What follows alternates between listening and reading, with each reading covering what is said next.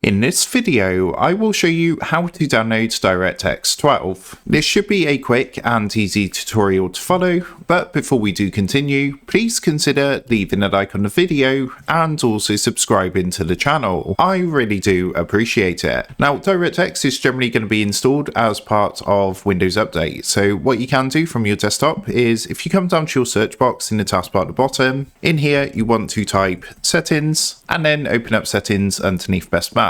Now, once your settings is opened, come over to the left hand side. In this menu, come and click onto Windows Update. It's generally going to be down towards the bottom. And from here, what you can do, there might be a button here which says check for available updates. Give that a click and it's going to check for any available updates. Of course, if there's any updates available, click onto the install all button here. And as long as your PC is up to date, you should have the latest version of DirectX. Of course, after doing any updates, be sure to restart your PC to apply any updates and downloaded installations. Now, to check your actual version of DirectX, so if your computer is up to date and you want to see if you have got DirectX 12, there is a way to do this. From your desktop, come down to your search box in the taskbar at the bottom. This time you want to type run and then open up run underneath best match. Now, in the run box in the bottom left hand corner, you want to type the following, which is DXDIAG, just like this, and then click OK. Now, sometimes it's going to be a permission pop-up. For myself, there's not, but if a permission thing pops up, just click yes. What that's going to do is open up the DirectX diagnostic tool. From here, if you come up to the top, you want to click onto the system tab, and in the system information section, if you look right towards the bottom, it's going to tell you what version of DirectX you have installed. For myself, you can see I've already got DirectX 12 installed,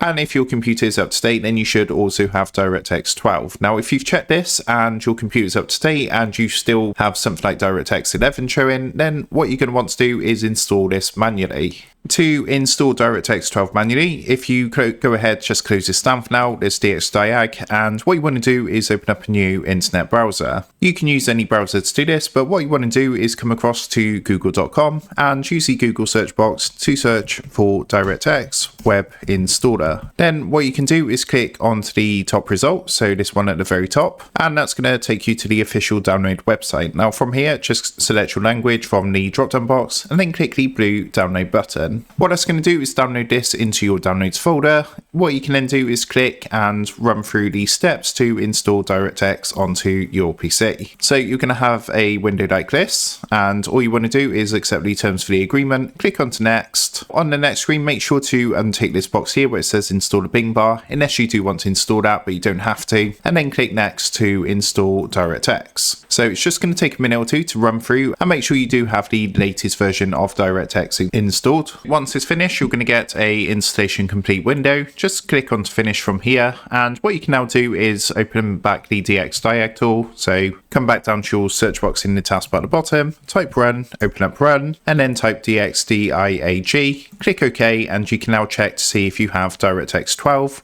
which you should now have installed. By installing DirectX manually, it should install the latest version of DirectX. So that is how to download DirectX 12. With that being said, I hope this quick tutorial did help you out today. And if this did help you out, I would really appreciate it if you was to consider dropping down below the video, leaving a like, and also subscribing to the channel. With that being said, I just want to take a minute to thank you guys for watching this quick tutorial, and I will see you in the next video.